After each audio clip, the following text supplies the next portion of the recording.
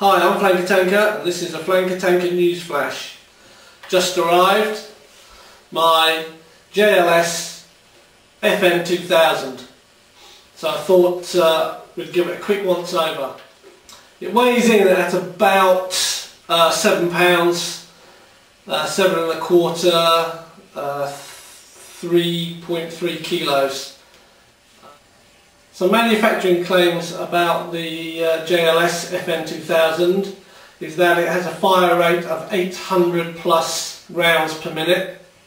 Another claim by the manufacturer is that it fires at 370 feet per second with 0.2 BBs.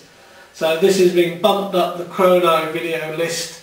It will definitely be going to my next chrono session, and we shall see.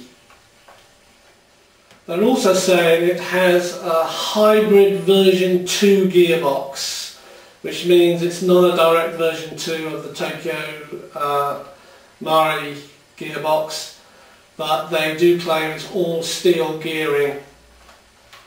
Extremely comfortable to hold.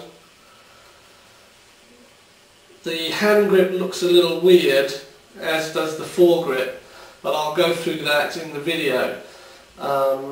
And contrary to its looks, it's very comfortable to hold. Now this is the step hand grip. It looks quite square and chunky. It just comes up, steps. It's extremely comfortable to hold actually. The button at the end is a soft rubber. It's got some corrugations on it. Now it's also, behind it is the battery compartment. Now it's very easy to get off, you don't need any tools. Because it's soft rubber, you can just put your hand under here and peel it off and it comes off. And that leaves a compartment. This white thing here is your fuse, so that's easily accessible. And inside the bottom part of the compartment is where your battery goes. The battery is an 8-cell 9.6 volt.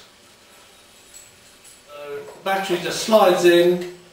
There's a little slot here where you can put your fuse, and then the rest of the cables just tuck away. And then you get the rubber piece and you just fit it over the end.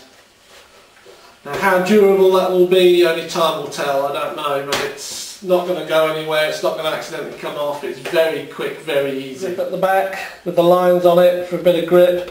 It comes off really easy, just put your thumb under there and it just folds off.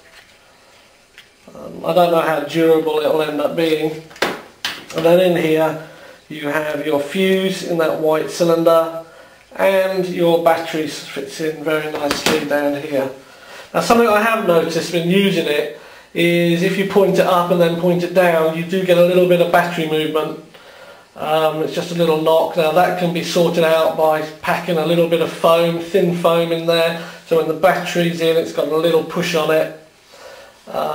It's just moves, it must be about 1/4 inch movement in there for the battery. Put this back on, it's a bit hard one-handed, but basically you just cap it over the end and then push it over, and there it is. Simple as that. Moving along this side, there's absolutely nothing on it here. This is a little metal clip. The metal quality is okay, but the finish is poor. It looks well worn. Now I found that was exactly the same situation with the JLS Scar. If you want to leave it like that, there's no problem, it looks as though it's been used a little. What I'm going to be doing is taking the metal parts off and spraying them with a black matte paint. These bars here on the handle, or the rear stock I should say, are the sling points. Now when I first saw this I thought, oh no, they're all plastic. The plastic is very thick. It's at least 1/4 inch thick, and I think you're going to find it a little difficult to break that.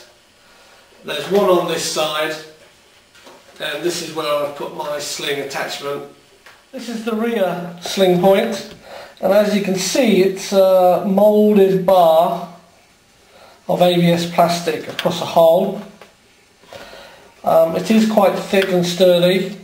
I'm pretty sure you're not going to have a problem, given that the weight of the weapon is taken by this point and your forward sling point. Again, please bear in mind that only time will tell how durable these points are, but to me it looks pretty firm. It's you can actually hold the whole £7 from the single point. It's not going to suddenly snap off.